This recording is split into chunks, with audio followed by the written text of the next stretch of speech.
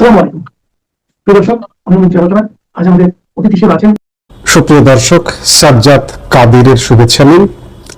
এই মুহূর্তে আপনাদের সামনে কথা বলতে চাই, আড়ালে কারা? আওয়ামী লীগের পর এবার কি বিএনপির পালা? এক ছায়া শক্তির রহস্য কোথায়? রাজনীতিতে।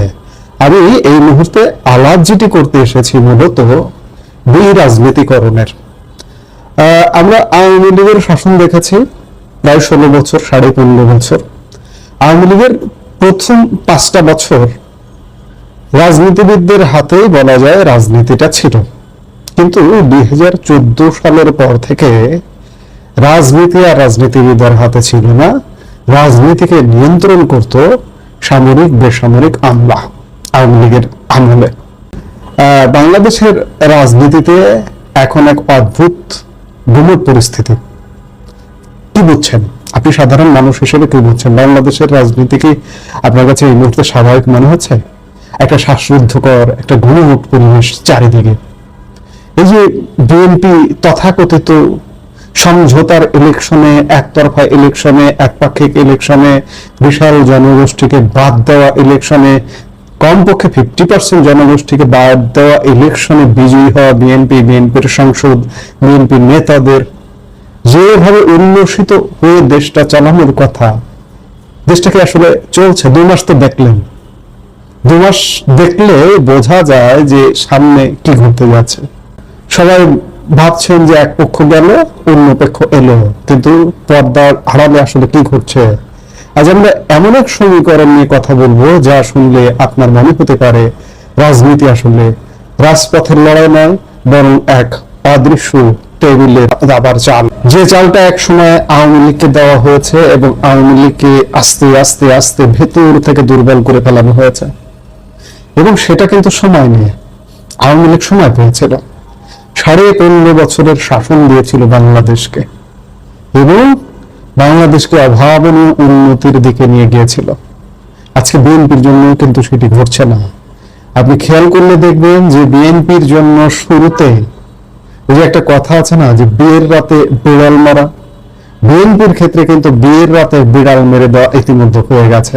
আপনি একটু যদি তীক্ষ্ণ দৃষ্টিতে বিএনপির রাজনীতি, সরকার একটা, বিএনপি রাজনৈতিক দল একটা, আপনি বিএনপির রাজনীতি এবং সরকারে বিএনপি রাজনৈতিক দলের প্রভাব আপনি যদি একটু ঠান্ডা মাথায় খেয়াল করেন, তাহলে আপনার কাছে এই দৃশ্যগুলো উন্মোচিত হয়ে যাবে। আজকের আলাপের মূল প্রতিপাদ্য হলো যে পর্দার আড়ালে আওয়ামী লীগকে যে পন্থায় রাষ্ট্র ক্ষমতা থেকে সরানো হয়েছে, ঠিক একই পন্থায় বিএনপিকে সরানোর পরিকল্পনা চলছে। কথাটা শুনতে অবিশ্বাস্য মনে হলেও এর পেছনের যুক্তিগুলো আজ আমরা খন্ড খন্ড করে বিশ্লেষণ করতে চাই। আওয়ামী লীগের পতনের বীজ কিন্তু একদিনে বপন করা হয়নি। 2009 সালে যখন তারা ক্ষমতায় আসে, প্রথম 5 বছর পরিস্থিতি অনেকটা স্বাভাবিক ছিল, রাজনৈতিক নেতা কর্মীদের হাতে নিয়ন্ত্রণ ছিল, কিন্তু খেলাটা বদলে গেল 2014 সালে। আপনারা লক্ষ্য করেছেন 2014 সালের সেই বিতর্কিত বিনা ভোটের নির্বাচনের পর থেকেই আওয়ামী লীগ সাধারণ মানুষের কাছ থেকে বিচ্ছিন্ন হতে শুরু করে। এখানে বলে রাখা ভালো, সেই একতরফা নির্বাচন, বিনা ভোটের নির্বাচন, যেটি বলি না কেন, 153টি আসনে কোনো ভোটই হতে হয়নি। এটা করতে আসলে আওয়ামী লীগ বাধ্য হয়েছিল। বাংলাদেশের আওয়ামী লীগের বাইরে যে রাজনৈতিক দলগুলো, তারা আওয়ামী লীগকে সহযোগিতা করেন। আওয়ামী লীগের সেই সময় কোনো উপায় ছিল না, পথ খোলা ছিল, বিএনপি অংশ নেয়নি। স্বাভাবিকভাবে সাংবিধানিক ধারাবাহিকতা রক্ষা করতে আওয়ামী লীগের নির্বাচনটা করে যেতে হয়েছে এবং আওয়ামী লীগের ভেতরে রাজনীতি কমে গিয়ে শুরু হয় আমলাতন্ত্র। রাজনীতিবিদদের পরিবর্তে তারা সামরিক ও বেসামরিক আমলাদের উপর নির্ভর হয়ে পড়ে। যখন একজন রাজনীতিবিদ নিজের জনসমর্থনের চেয়ে আমলা ফাইলের উপর বেশি ভরসা করেন, তখনই তার পতনের ঘন্টা বাজতে শুরু করে। রাজনীতিবিদদের সাইডলাইনে পাঠিয়ে দেওয়ায় সেই ঐতিহাসিক ভুলই আজ তাদের এই অবস্থায় নিয়ে এসেছে। আমাদের দেশে এখন রাজনীতি মানে জনসেবা নয়, রাজনীতি মানে যেন একটা ফুটবল খেলা, আর এই খেলার রেফারি কারা সেটা কেউ জানে না। আওয়ামী লীগের রাজনীতি নিয়ে এক সময় পর্দার অন্তরালে ফুটবল খেলা চলেছে, তাদের ইগো এবং ক্ষমতার মোহকে কাজে লাগিয়ে এক পক্ষ ফায়দা লুটেছে। কিন্তু ভয়ঙ্কর তথ্য হলো বিএনপির রাজনীতি নিয়ে এখন আরো বেশি ফুটবল খেলা চলছে। যারা ভাবছেন বিএনপি এখন স্বস্তিতে আছে, তারা আসলে ভুল দেখছেন। মাঠের ত্যাগী ও ডাক সাইটের নেতাদের যখন একে একে সাইড লাইনে পাঠিয়ে দেওয়া হয়, তখন বুঝতে হবে দলের ভেতরের নিয়ন্ত্রণ আর দলের হাতে নেই। বিএনপি এখন সেই একই চক্রে আটকা পড়তে যাচ্ছে। মজার বিষয় হলো যে আওয়ামী লীগকে আওয়ামী লীগের রাজনীতিবিদদের নিষ্ক্রিয় করতে কমপক্ষে 5টা বছর সময় নেওয়া হয়েছিল, কিন্তু বিএনপির ক্ষেত্রে তা ঘটছে না। আমি শুরুতে যে বললাম যে বিয়ের রাতে বেড়াল মারা, সেই বিয়ের রাতে বেড়াল মারার মতো অবস্থা হয়ে গেছে বিএনপির। দুদিন আগে এটি নিয়ে একটা আলাপ করেছি যে বিএনপির যারা ত্যাগী নেতা, দীর্ঘ এই যে 1.5 যুগ যাবৎ রাজপথে জল কাদা মাথায় নিয়ে রাজপথে ছিলেন, মাটি কামড়ে পড়েছিলেন, তারা কিন্তু সব সাইড লাইনে। কারা এসেছে? সুবিধাভাবে। দেখুন না, মন্ত্রী পরিষদটা দেখুন, উপদেষ্টা পরিষদটা দেখুন। উপদেষ্টা পরিষদ বলতে প্রধানমন্ত্রীর উপদেষ্টা পরিষদ। এখন প্রশ্ন হলো, এই যে ফুটবল খেলে কারা? মাঠ তো আছে, খেলোয়াড়ও আছে, কিন্তু গ্যালারিতে বসে রিমোট কন্ট্রোল কার হাতে? এর উত্তর একটাই, এক ছায়া শক্তি। এই ছায়া শক্তি কোনো দৃশ্যমান রাজনৈতিক দল নয়, এরা কোনো আদর্শে বিশ্বাসী নয়। এদের কাজ হলো ক্ষমতাকে কক্ষিগত রাখা এবং রাজনৈতিক দলগুলোকে পুতুলের মতো নাচানো। আমরা রাজনীতিতে একটা বেশ স্ট্রং কনসেপ্ট এই মুহূর্তে আলোচিত হতে দেখি যে ডিপ স্টেট। আপনি এদেরকে ডিপ স্টেট বলতে পারেন, অভ্যন্তরীণ ডিপ স্টেট এবং আন্তর্জাতিক ডিপ স্টেট। এই ছায়া শক্তি আওয়ামী লীগকে গিলে খেয়েছে, কারণ তারা অতিরিক্ত আত্মবিশ্বাসী হয়ে আমলাদের হাতে নিজেদের চাবি তুলে দিয়েছিল। এখন একই ফর্মুলা প্রয়োগ করা হচ্ছে বিএনপির ওপর। যদি ত্যাগী নেতাদের বাদ দিয়ে ম্যানেজ করা রাজনীতি শুরু হয়, তবে বুঝতে হবে সেই ছায়া শক্তি বিএনপিকেও খেয়ে ফেলবে। এটি এখন কেবল সময়ের ব্যাপার মাত্র।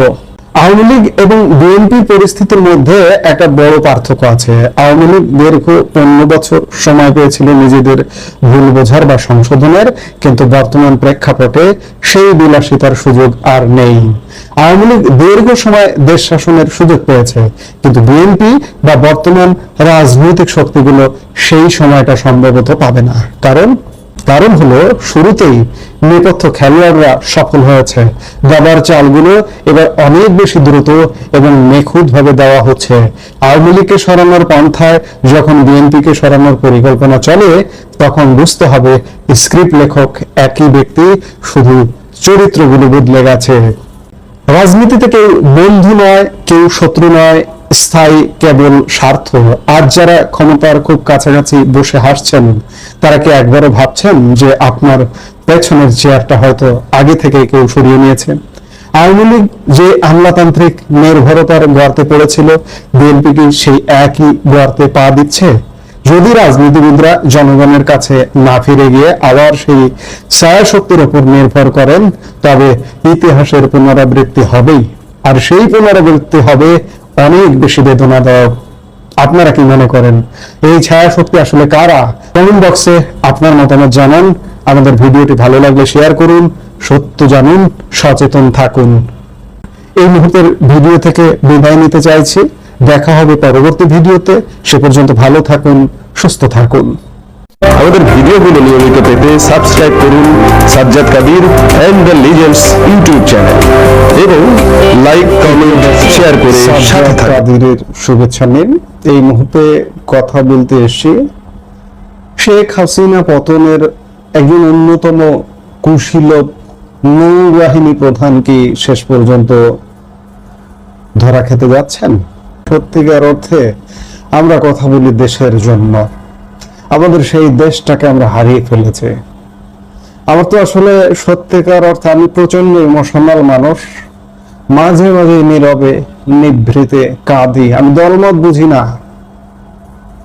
আওয়ামী লীগ আগে শাসনে ছিল, আওয়ামী লীগ যেটি ছিল ভালো শাসনে ছিল, আমাদেরকে স্বাচ্ছন্দ্য দিয়েছে, আমাদেরকে বাঁচিয়ে রেখেছিল। আজকে প্রতি পদক্ষেপে মৃত্যুর শব্দ শুনতে পাচ্ছি। বাংলাদেশের মানুষের দুর্গতির শব্দ শুনতে পাচ্ছে। আপনারা হয়তো অনেকে বোর ফিল করেন, আমি বারবার তুলনা করি আজ থেকে 350 বছর আগের বাংলা, বিহার, উড়িষ্যার নবাব সিরাজউদ্দৌলার পতন পরবর্তী সময়ে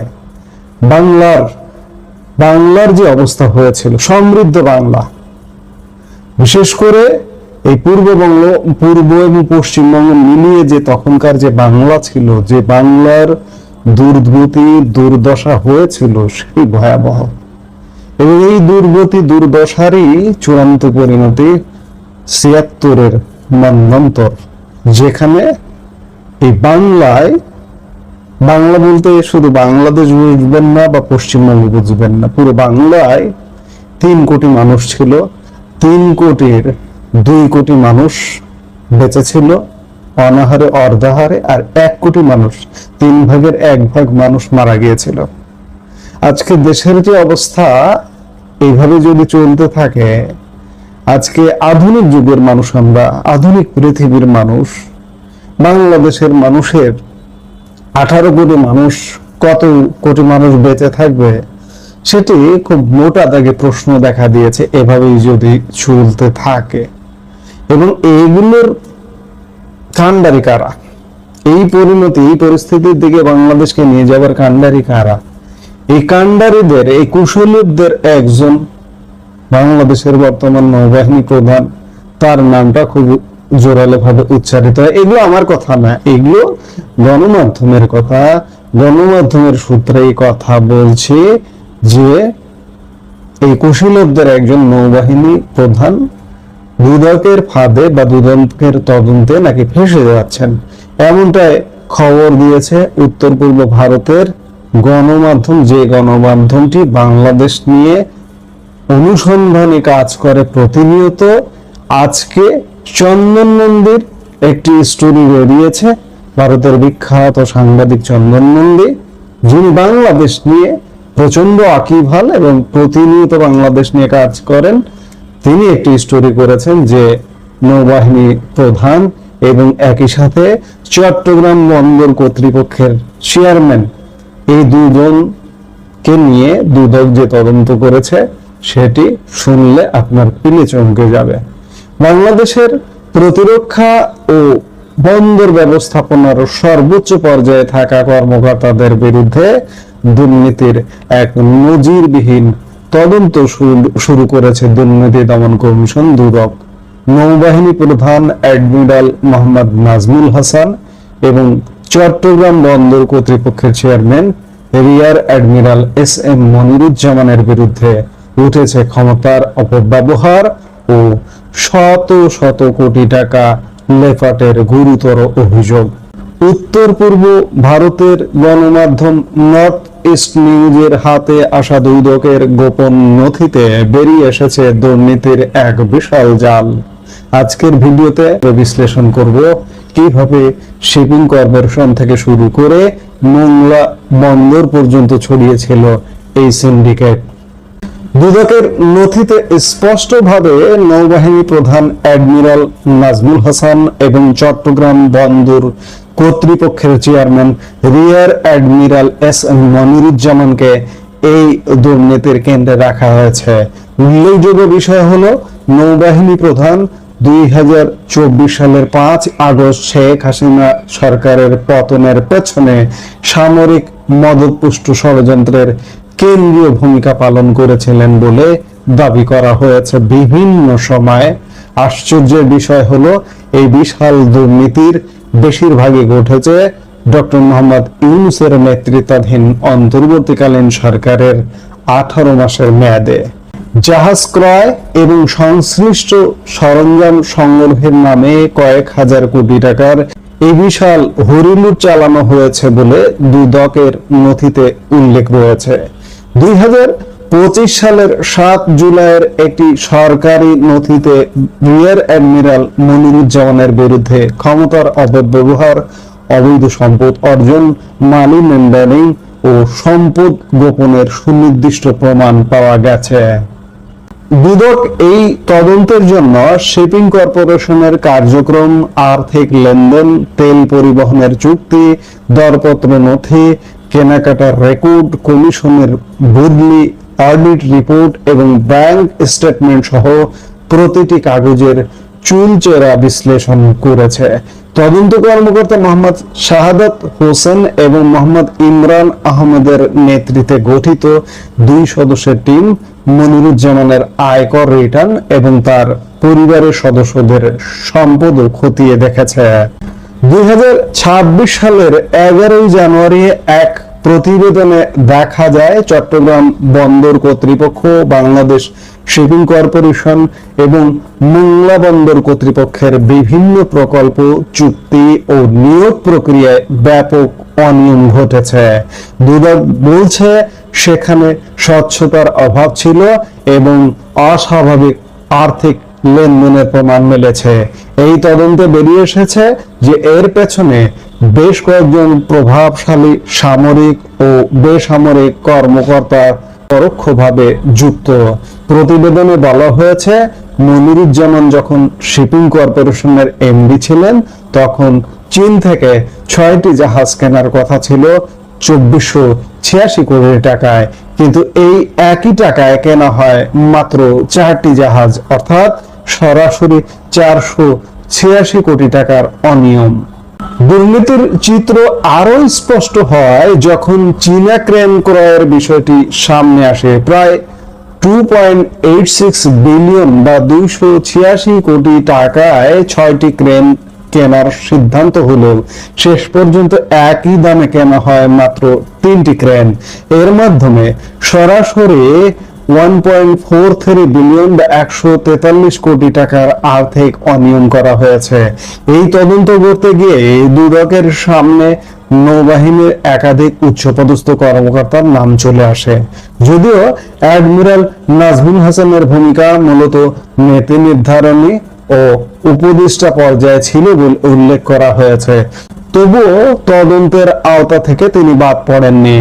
দুদকের দাবি, এই দুর্নীতির বিশাল একটি অংশ মানি লন্ডারিং এর মাধ্যমে বিদেশের অফশোর ফিনান্সিয়াল সেন্টারে পাঠিয়ে দেওয়া হয়েছে। যুক্তরাষ্ট্রের আটলান্টায় মুকুল কর্পোরেশন নামে একটি প্রতিষ্ঠানের সন্ধান পাওয়া গেছে, যা মোহাম্মদ কাজী মুকুল নামে এক ব্যক্তি পরিচালনা করতেন। দুদক ইঙ্গিত দিয়েছে এটি একটি ফান্ড কোম্পানি। এই কোম্পানির নামে কেনা স্থাবর অস্থাবর সম্পত্তির মালিকানায় ওই কর্মকর্তাদের পরিবারের সদস্যদের নাম পাওয়া গেছে, যাদের আয়ের উৎসের সাথে এই সম্পদের কোনো মিল নেই। সবচেয়ে চাঞ্চল্যকর তথ্য হলো নৌবাহিনী প্রধানের স্ত্রীর দুলাভাই জিল্লুর রহমান, যিনি মৌলভীবাজার 3 আসনের সাবেক সংসদ সদস্য এবং অলিলা গ্রুপের এমডি। 5ই আগস্টের পর তিনি দেশ ছেড়ে কাতারে একটি বিশাল মার্কেট কেনেন। বিভিন্ন সংবাদ মাধ্যমের বরাত দিয়ে দুদক বলছে, মার্কেটটি জিল্লুর রহমানের নামে কেনা হলেও এর পুরো অর্থায়ন করেছেন স্বয়ং নৌবাহিনী প্রধান অ্যাডমিরাল নাজমুল হাসান।